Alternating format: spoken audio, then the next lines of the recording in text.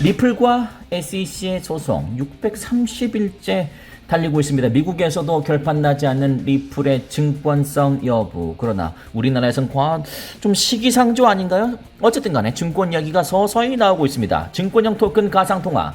근데 갑자기 코스피처럼 거래된다. 이건 또 어떤 내용인지 여러분께 상세하게 소개해 드리도록 하겠습니다. 구독자 44,200명까지 왔습니다. 진심으로 감사의 말씀 드리겠습니다.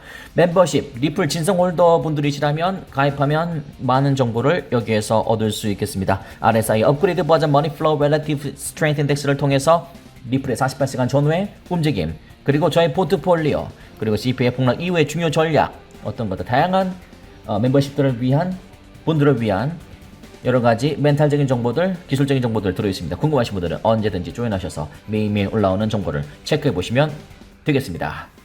마치 그런 일간 신문 받아보듯이 서비스를 구독해볼 수 있겠습니다. 저도 굉장히 궁금합니다. 어떤 내용인지 읽어보겠습니다. 증권형 토큰, 리플은 증권인가 아닌가, 뭐 직접적인 이야기는 들어있지 않습니다만 어쨌든 코스피처럼 거래된다. 뭐 이렇게 다양하게 자, 일단 내용을 보겠습니다. 금융당국이 증권형 토큰 가상통화를 거래할 수 있는 제도권 시장을 별도로, 일단 뭐 제도권에 들어오는 건 늘 저는 바람직하다라고 생각됩니다. 그러나 약간의 모순은 있는데요. 더 읽어보도록 하겠습니다. 자, 코스피, 코스닥처럼 디지털 증권 시장을 개설해서 운영하는 방식이 검토된다. 안 한다 그랬었잖아요. 뭐 사실 무근이다라고 얘기했었잖아요. 우리나라 대형 증권사에서. 그럴 리가 없다고 제가 말씀드렸죠. 돈 냄새를 맡았는데 안 할 수가 없을 거라고 저는 생각합니다. 자산을 기반으로 발행돼서 일정 기간이 지난 후에 투자금을 상환받을 수 있거나 사업 운영에 따라서 손익을 배분받을 수 있는 가상통화는 증권성이 있는 만큼 제도권으로 끌어들여서 활성화시키겠다는 의미를 담고 있다. 이렇게 되면 IPO와 같은 증권형 Securities Token Offering도 STO도 허용이 된다. 이 초안은 정부와 유관기관이 지난 5월부터 운영한 태스크 TF팀이 만들었습니다.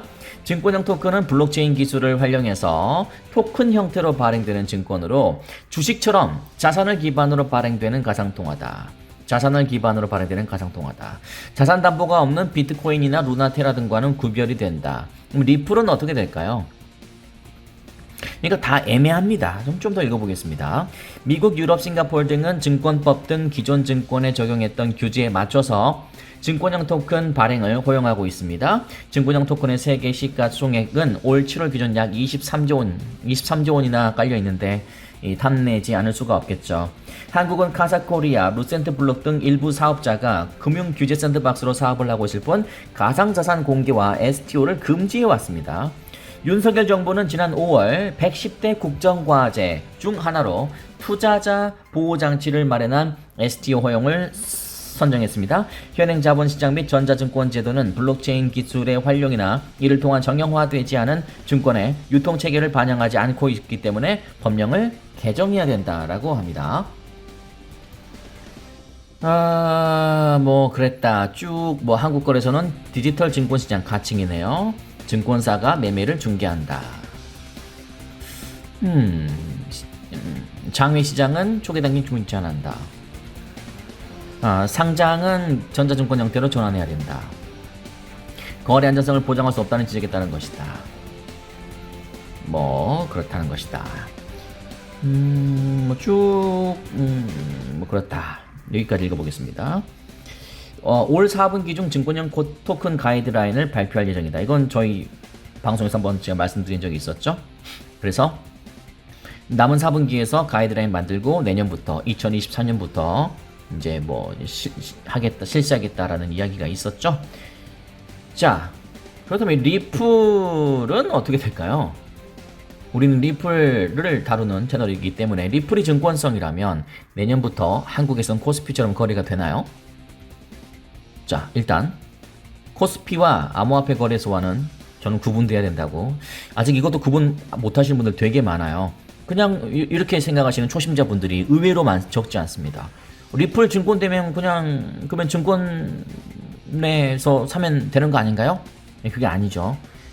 코스피나 아니면 미국의 나스닥 일단 정리를 잘 하셔야 됩니다. 그래서 제가 리플 투자자분들은 특히 펀더멘탈이 중요하다고 하는 이유가 바로 거기에 있어요. 아시는 분들은 아시겠습니다만 그래도 정리를 일단 하고 갑시다. 코스피, 나스닥 이거는 이제 기업이 올라가잖아요. 기업이 상장되는 거예요. 그래서 IPO라고 하는 겁니다. 그다음에 거래소는 이 가상자산 거래소는 이제 XRP 같은 예를 들어서 리플랩스에서 발행한 XRP가 거래소에 상장되는 거죠. 그렇기 때문에 이 XRP가 코스피에 들어갈 수는 없죠. 왜냐면 이건 기업이 아니잖아요.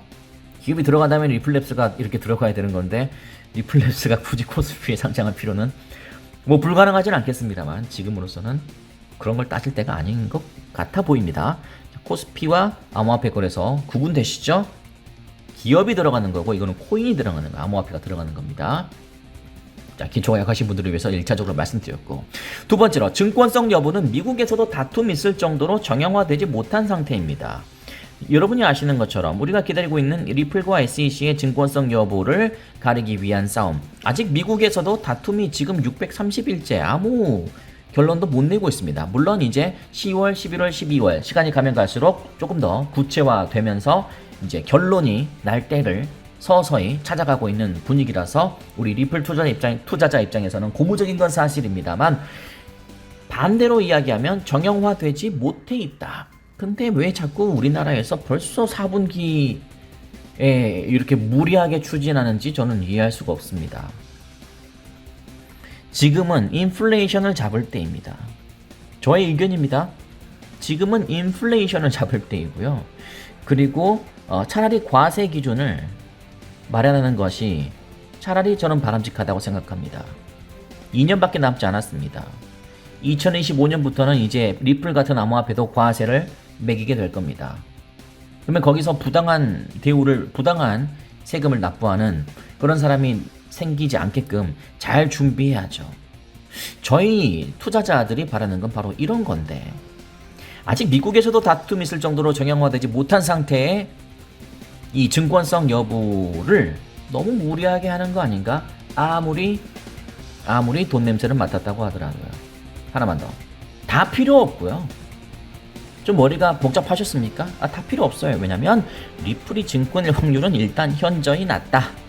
물론 팔이 안으로 굽기 때문에 저도 리플 투자자이기 때문에 뭐 이렇게 말씀드릴 수 있겠습니다만 여러 가지 정황상 이제 10월, 11월, 11월, 12월 이렇게 가면서 어떻게 될지는 저도 장담은 할 수 없습니다. 어떻게 될지 모르니까요. 그러나 분명히 저는 이 정도 구간에서 어떤 획기적인 합의안이 저는 나올 거라고 예측을 조심스럽게 하고 있습니다. 리플이 증권일 확률은 현저히 낮다.